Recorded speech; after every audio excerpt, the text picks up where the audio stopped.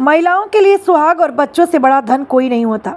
शायद यही कारण रहा कि तीज, करवा चौथ, जीवित पुत्रिका और गणेश चतुर्थी जैसे व्रत के क्रम में महिलाओं ने सोमवार को वट सावित्री का व्रत रखा और वृक्ष के पास पहुंचकर सावित्री और सत्यवान के नाम की पूजा अर्चना कर पति की सेहत और अमर सुहाग का आशीर्वाद मांगा। महिलाओं को इस व्रत पर्व का साल भर इंतजार रहता है।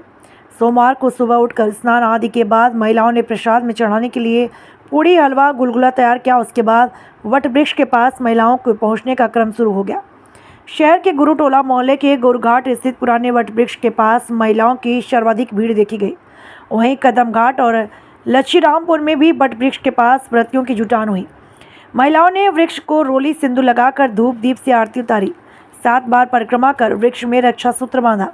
उसके बाद मिट्टी के पात्र में घर से बनाए गए पकवान और मौसमी फल के साथ बांस का बना पंखा अर्पित किया। पूजा के बाद महिलाओं ने सावित्री और सत्यवान से जुड़ी कथा का श्रवण किया, जिसमें सत्यवान के प्राण हरण और उसके बाद पति का प्राण लौटाने के लिए 3 दिन तक सावित्री द्वारा यमराज के साथ लगे रहने का वर्णन है। मान्यता है कि अपनी तपस्या के बल पर सावित्री ने अगर यमराज को अपना निर्णय वापस लेने को विवश कर दिया तो माता सावित्री की पूजा और उनके आशीर्वाद से सुहाग की रक्षा होगी। अंत में सत्यवान और सावित्री के नाम से आरती कर बांस का पंखा डुलाकर हवा दी गई। इस दौरान पूजा स्थल के आसपास फल फूल, खिलौना, गुब्बारा बेचने वालों ने अपनी दुकान लगा रखी थी।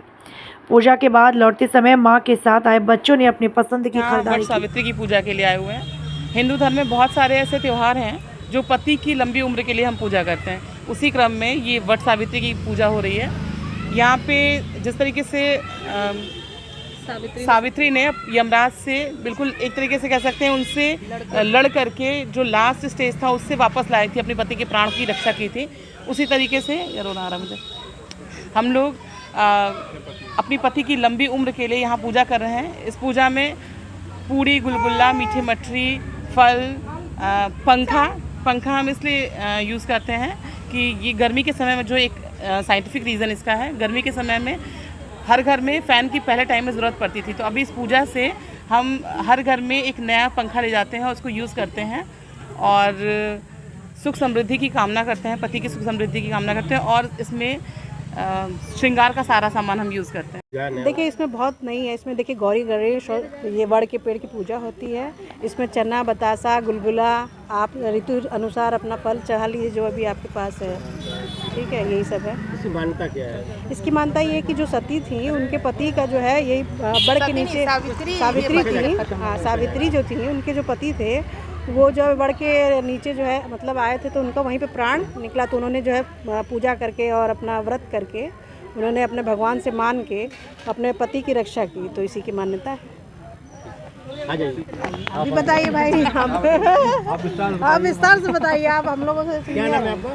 मेरा नाम साधना त्रिपाठी है। आज के दिन का क्या महत्व है और किस पूजा की जाती है, क्या विधि विधान है? आज का दिन का यही महत्व है कि सावित्री जब सत्यवान खत्म हो गए थे तो उन्हीं को उनका प्राण जीवित करने के लिए उनको नीराजल व्रत रही और विधिवत वट का पूजा की, जिससे कि वो यमराज ले जाते समय प्राण उनके पीछे लगी और प्राण लेके ही वापस लौटी। मेरा नाम प्रतिमा अग्रवाल है। मैं हैदराबाद से आई हूँ और मैं वट सावित्री की पूजा कर रही हूँ। जैसे सावित्री ने सत्यवान के लिए व्रत करके और अपने सास ससुर सभी की समृद्धि के लिए यमराज से 3 वरदान मांगे थे और लास्ट में उन्होंने जीत लिया था, अपने पति की आयु बढ़ाई थी, उन्होंने अपने पति के प्राण वापस लिए थे। उसी तरह हम लोग भी पूजा कर रहे हैं अपने पति की लंबी उम्र के लिए।